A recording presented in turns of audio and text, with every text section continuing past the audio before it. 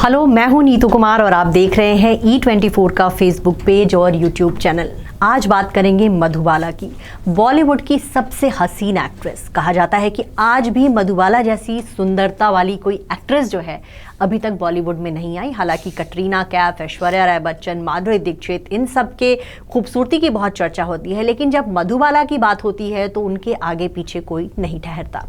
मधुबाला जो है 50 के दशक में बॉलीवुड की बहुत जानी मानी एक्ट्रेस थी और उनके करियर में अगर देखा जाए तो सबसे बड़ी फिल्म अगर उनके करियर में थी तो वो मुगले आजम, जब वो अनारकली बनकर उस फिल्म में नजर आई थी। और इस फिल्म की शूटिंग में बहुत लंबा समय लगा था। इसी फिल्म की शूटिंग के दौरान मधुबाला का दिलीप कुमार से ब्रेकअप भी हुआ था। तो मधुबाला की मेन है कि बहुत बड़ी बड़ी फिल्में उनके नाम नहीं रहीं, लेकिन मधुबाला अपनी खूबसूरती को लेकर बहुत चर्चा में रहीं। इसके अलावा दिलीप कुमार के साथ उनका अफेयर, किशोर कुमार के साथ उनकी शादी, ये तमाम बहुत सारी बातें हैं जो मधुबाला के बारे में कही जाती। तो हम यहाँ दिलीप कुमार और मधुबाला की बात करेंगे।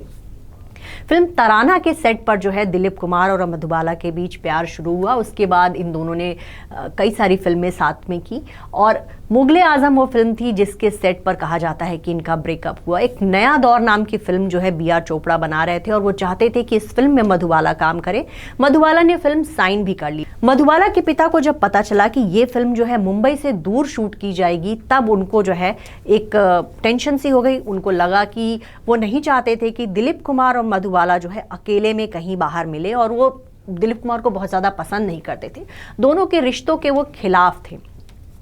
नया दौर की शूटिंग के लिए मधुबाला जो है वो गई नहीं और उसके बाद फिल्म के प्रोड्यूसर जो हैं B.R. चोपड़ा ने उन्होंने मधुबाला और उनके पिता पर केस कर दिया।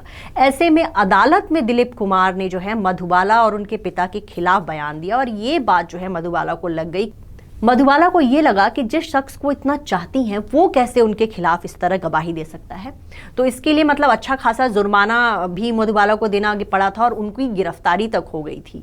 तो ये पूरा पीरियड जो था मधुबाला के लिए बड़ा ही सदमे वाला था और दिलीप कुमार ने जब उनका साथ नहीं दिया तो टूट गए और इसके बाद इन दोनों की मोहब्बत भी टूट गई। मुगले आजम के बहुत सारे ऐसे रोमांटिक सीन्स हैं जब मधुबाला और दिलीप कुमार आपस में रोमांस कर रहे हैं, लेकिन जैसे ही कैमरा ऑफ होता था दोनों एक दूसरे से मुंह फेर कर बैठ जाते थे।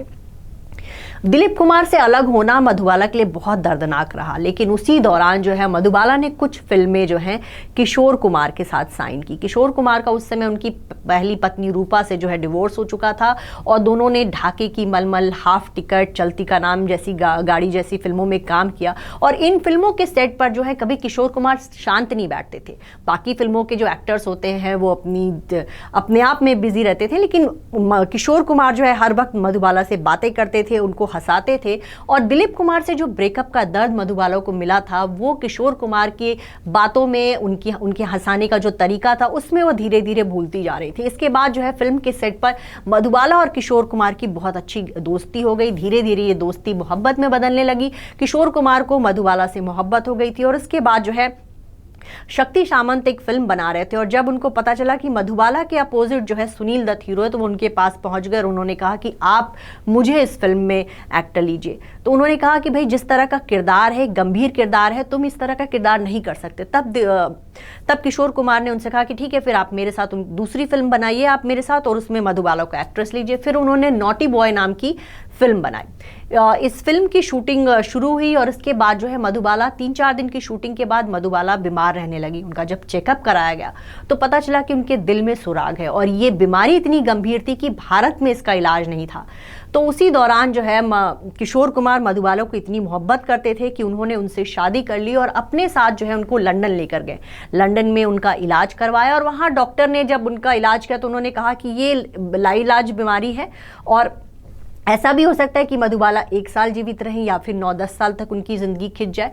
तो ये सुनकर जो है किशोर कुमार को बहुत सदमा लगा। पहली शादी उनकी असफल रही थी, दूसरी शादी उन्होंने मधुबाला से की तो उसमें भी इतनी बड़ी परेशानी आ गई। तो बाद के दिनों में जो है ना, जब मधुबाला की बीमारी की उनको पता चली तो किशोर कुमार थोड़ा उनसे दूर रहने लगे और किशोर कुमार की तरफ से जब उनको लगा कि वो बहुत ज़्यादा इंटरेस्ट नहीं ले रहे मधुबाला में, तो मधुबाला भी जो है उनका घर छोड़कर अपने घर में चलेगी। अरेबियन पैलेस नाम का उन्होंने एक बंगला बनवाया था, वहाँ जाकर रहने लगी। किशोर कुमार उनका पूरा खर्चा उठाते थे, उनका इलाज का पूरा, लेकिन वो उनके घर उनसे मिलने बहुत कम जाते थे और इस बात से मधुबाला जो है बहुत उदास रहती थी।